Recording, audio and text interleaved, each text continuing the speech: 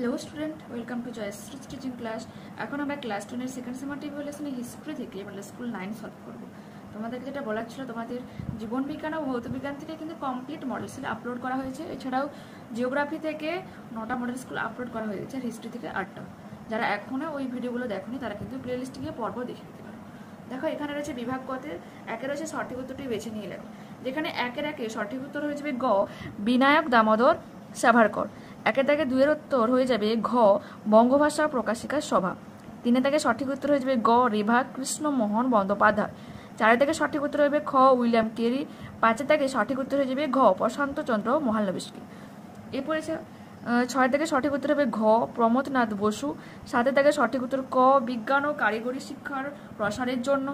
সাতের দাগের সঠিক উত্তর বললাম। আটের দাগে সঠিক উত্তর ক, মালাবার উপকূল। আর একের দাগে 9 সঠিক উত্তর হয়ে যাবে খ, বীরেন্দ্রনাথ শাসমল। 10 সঠিক উত্তর হয়ে যাবে গ, বোম্বাইতে।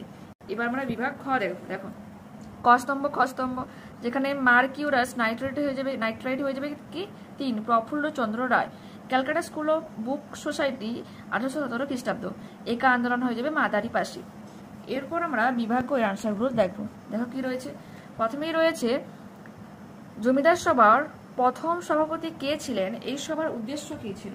এই প্রশ্নের সমাধান তোমাদের দেখাচ্ছি, একটু মন দিয়ে দেখে। জমিদার সভার সভাপতি ছিলেন কি রাজা রাধাকান্ত দেব, তবে দ্বারকানাথ ঠাকুরকে এই সভার প্রাণপুরুষ বলা হয়। এটুকু লিখলে হবে, এটা তুমি অ্যাড করতে পারো। আর এই প্রতিষ্ঠার উদ্দেশ্য এখানে দেওয়া রয়েছে 3টা, ঠিক আছে।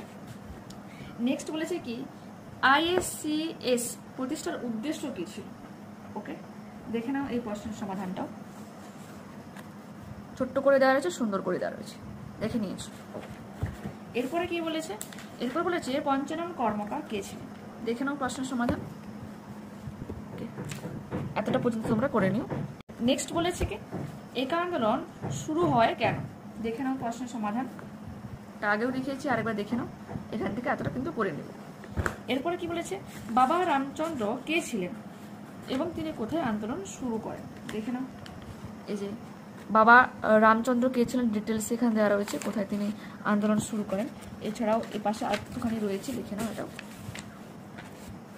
ঠিক আছে। এই এতটা পর্যন্ত কিন্তু তোমরা লিখবে। নেক্সট এবার আমরা বিভাগ খ দেখবো। যেখানে 1857 খ্রিস্টাব্দের বিদ্রোহের প্রতি শিক্ষিত বাঙালি সমাজের মনোভাব কিরূপ ছিল এটা জানতে চেয়েছি। দেখে নাও প্রশ্নের সমাধান, এটা তোমরা এখান থেকে লিখবে। আর এই পাশে খানিকটা রয়েছে, এটা তোমাদের দেখিয়ে দিচ্ছি, দেখে নাও।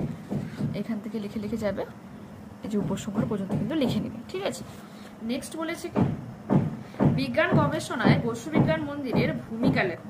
দেখে নাও প্রশ্নের সমাধান, এটাও আগে দেখানো হয়েছে, আরেকবার দেখে নাও। এখান থেকে লিখবে, আর এই পাশে খানিকটা রয়েছে, এটাও দেখে দিচ্ছে।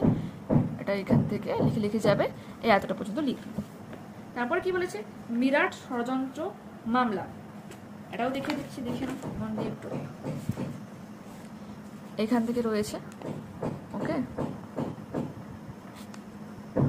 দেখে নিয়েছো। রায়মার্টিনের সহায়িকা থেকে কিন্তু দেখাচ্ছি, আমার দেখো। ওকে, বিভাগ ওতে কি বলেছে 5-এর 1 বলেছে 19 শতকে বাংলায় জাতীয়তাবোধের বিকাশে হিন্দু মেলার ভূমিকা বিশ্লেষণ করো। এটা আমি মডেল 2-তে 4-এর 1-এ দেখে দিয়েছি, একটু দেখে নাও। রিপিটেড কোশ্চেন দেখাচ্ছি না, টাইমটা অনেকটা হয়ে যাচ্ছে, ঠিক আছে। বাংলায় কারিগরি শিক্ষার বিকাশের সংক্ষিপ্ত বিবরণ দাও। দেখে নাও এটা, ওকে। এই যে ভূমিকা রয়েছে, এখান থেকে লেখা শুরু করবে। আর এই পাশে ওখানেটা রয়েছে, দেখিয়ে দিচ্ছি, দেখে নাও। এটা এখান থেকে যাবে, ওকে, ঠিক আছে, দেখে নিয়েছো। এরপরে কি বলেছে বারদৌলি সত্যাগ্রহের পরিচয় দাও। এই আন্দোলনের তাৎপর্য কি ছিল। দেখে নাও এটা, এই যে বারদৌলি সত্যাগ্রহ আর তার তাৎপর্য, এটা এতটা পর্যন্ত তোমরা লিখবে, ঠিক আছে। পরবর্তী ভিডিও আমি আজকে আপলোড করে দেব, ঠিক আছে, হিস্ট্রি থেকে।